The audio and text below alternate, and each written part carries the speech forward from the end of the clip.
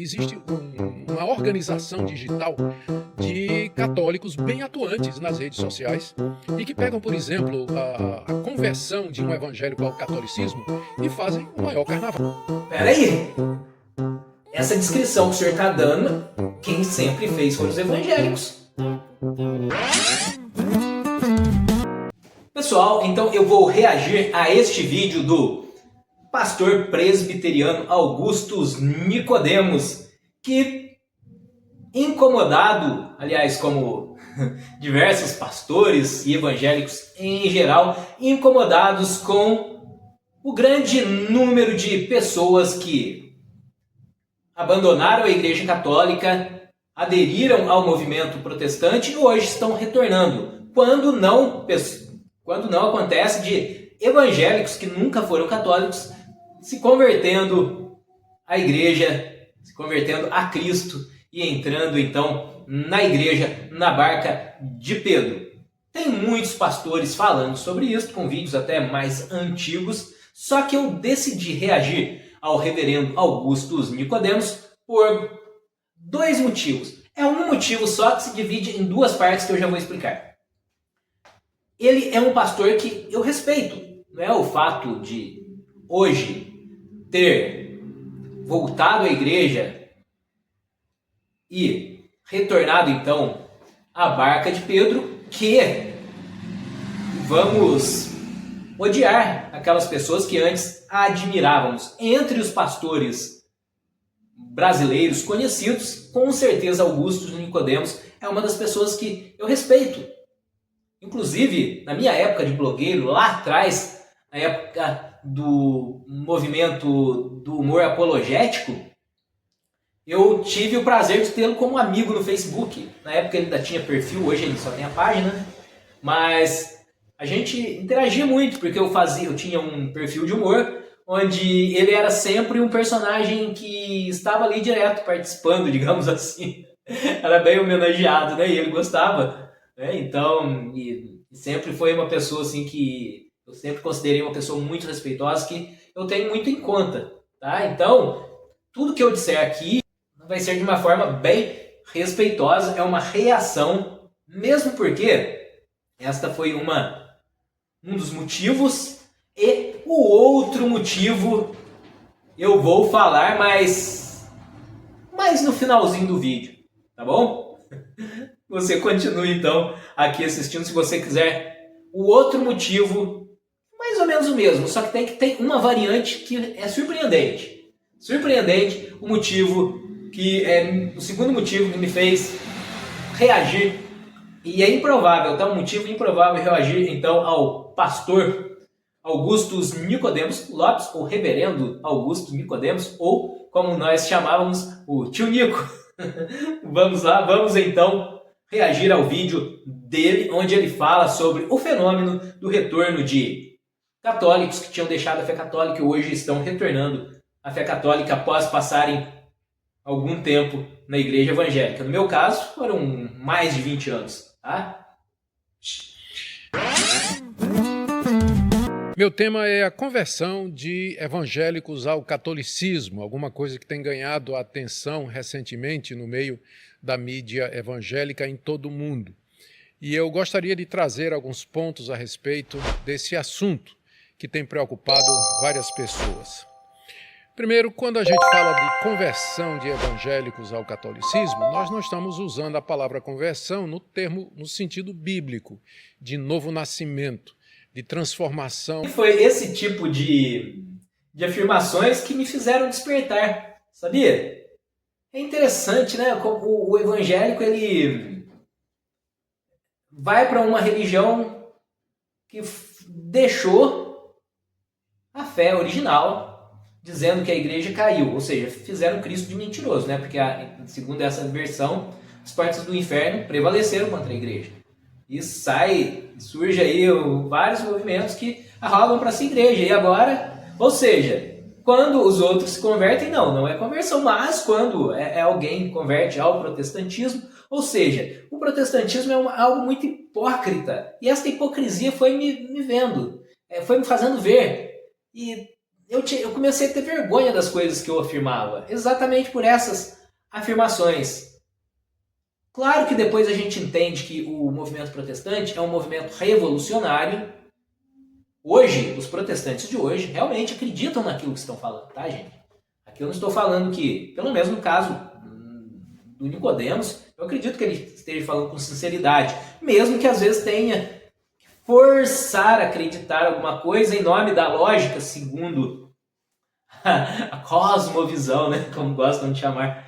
Então eu entendo que às vezes depois eu vou entrar mais em detalhes por que eu acredito que às vezes ele tem que se forçar a acreditar, porque a fé protestante não tem sentido quando você conhece um pouquinho mais. Então, para você que crê em Deus, mas não por ter vivido a vida toda negando a igreja, chamando-a de idólatra, batendo em espantalhos, então, para onde iria? Então, muitas vezes tem que firmar essas coisas.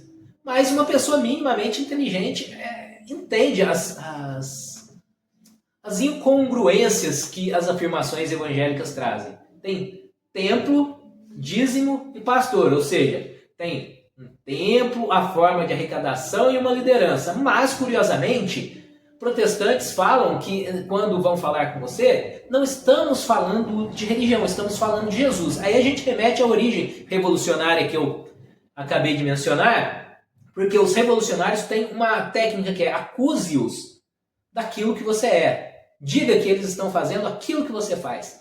Então, e o que é que esses grupos que foram fundados por grupos secretos, hoje discretos, né, mas por várias sociedades, né, aqui eu não estou falando de uma específica, né, surgiram várias, né, e algumas ficaram mais famosas que a outras, mas bebendo ali da mesma água.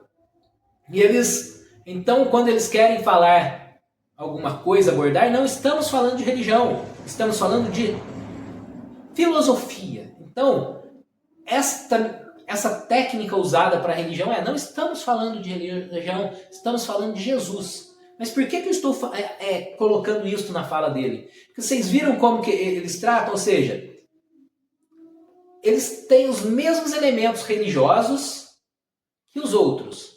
Só que quando se tratam deles, não. É algo divino. Porque eles, segundo a crença deles, agora, do nada, a igreja que tinha sido vencida pelas portas do inferno. Aí vai surgir lá na Alemanha, lá. E agora são a verdade. Por quê?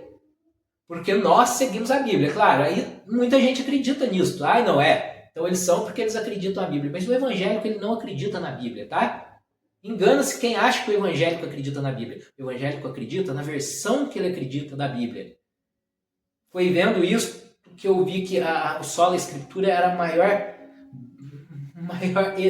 heresia.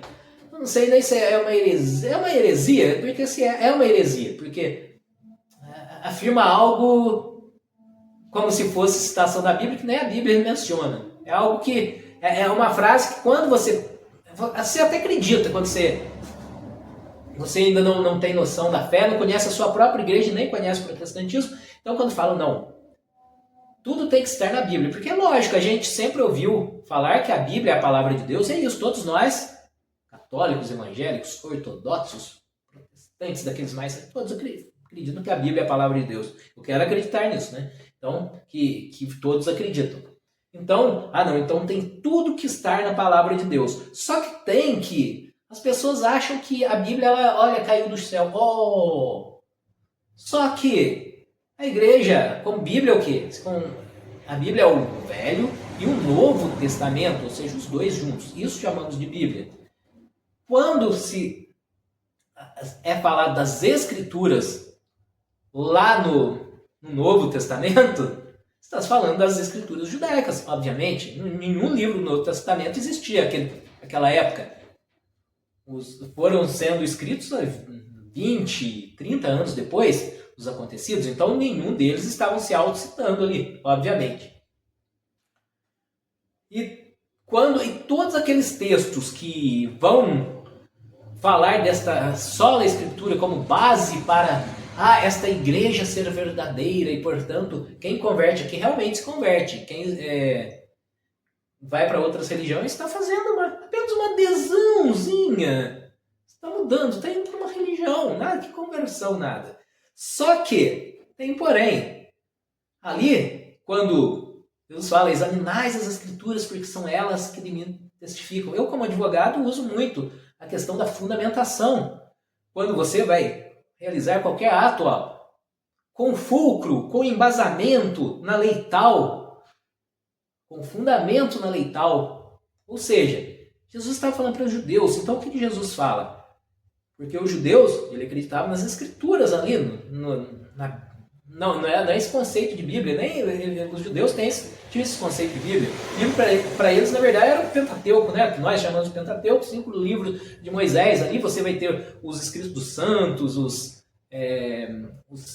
hagiógrafos, né? Temos ali os livros de canto, de sabedoria. Então é outra visão. Mas, inclusive, queiram ou não, os livros deuterocanônicos. Essa história de livro apócrifo, isso daí é mais um conceito judaico, lá talvez do concílio de Jâmnia, se eu não me engano o nome, que os judeus, no ultranacionalismo, decidiram que os escritos que valiam eram só aqueles que tinham sido escritos em solo judaico. Então aqueles que tinham sido escritos fora ali do território judeu, no original, antes da diáspora, então não valiam mais. Só que tem que nessa época os discípulos já ali citavam, né, que o grande argumento é que os livros apócrifos não são citados. Aliás, não só os apócrifos, que nós chamamos de deuterocanônicos, mas aquele que todos nós chamamos de apócrifos.